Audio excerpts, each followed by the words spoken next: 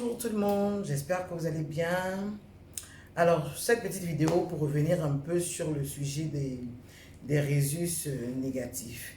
Donc, j'ai fait plusieurs posts, plusieurs textes pour expliquer que toutes les femmes qui sont de résus négatifs et qui ont un accouchement, un avortement, une fausse couche, doivent absolument penser au sérum anti-D.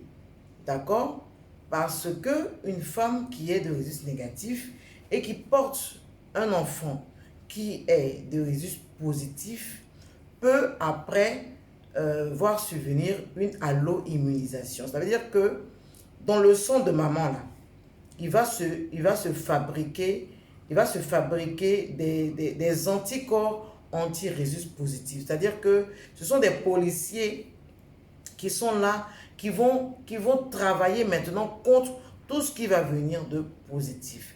Donc, une femme qui est de résus négatif et qui porte une grossesse avec un fœtus de résus positif, qui accouche, qui n'est pas immunisé, qui ne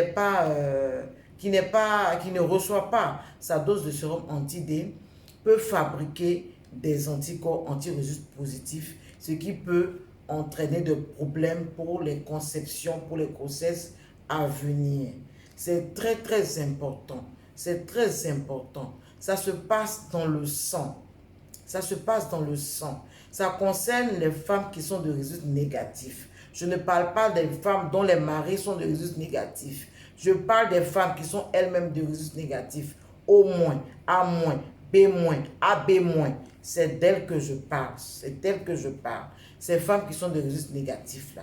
Quand vous faites un avortement, on ne peut pas savoir le résus du bébé que vous portez. Donc, faites-vous injecter le sérum anti-D et dans un délai de 3 jours, de 72 heures maximum.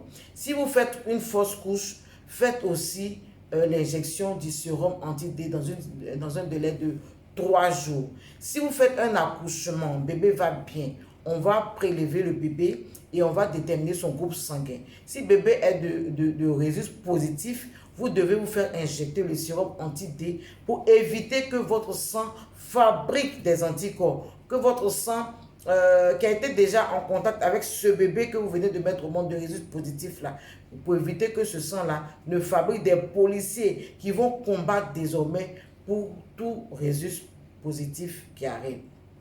D'accord? Donc, je redis et je le répète. Si vous avez besoin d'informations supplémentaires, discutez de façon personnelle avec votre sage-femme, avec votre gynécologue. Si vous êtes de résus négatif, à l'accouchement, à l'avortement, au cours d'une fausse couche, ou alors après une fausse couche, vous avez besoin de vous faire injecter un sérum qui s'appelle le sérum anti-D pour éviter l'allo-immunisation. C'est super, super important que chaque femme ait cette information. Et il est important aussi pour chaque femme en âge de procréer, dès que vous avez 15 ans, 16 ans, vous avez commencé à avoir des rapports sexuels, c'est important de déterminer votre groupe sanguin. Parce que si vous vous retrouvez devant une grossesse indésirée et que vous allez faire un avortement, si vous ne saviez pas votre groupe sanguin et que vous faites un avortement sans vous faire injecter le sérum anti-D alors que vous êtes de résus négatif, vous pourrez avoir des problèmes pour concevoir, pour enfanter dans l'avenir. Donc, chaque femme en âge de procréer doit connaître son groupe sanguin. Si tu sais que tu es un groupe sanguin O-, B-, A-, AB-, fais attention quand tu fais une fausse couche, quand tu fais un avortement, qu'il soit spontané ou alors provoqué, volontaire, ou bien quand tu fais un accouchement, c'est super, super important. Sérum anti-D. Bisous!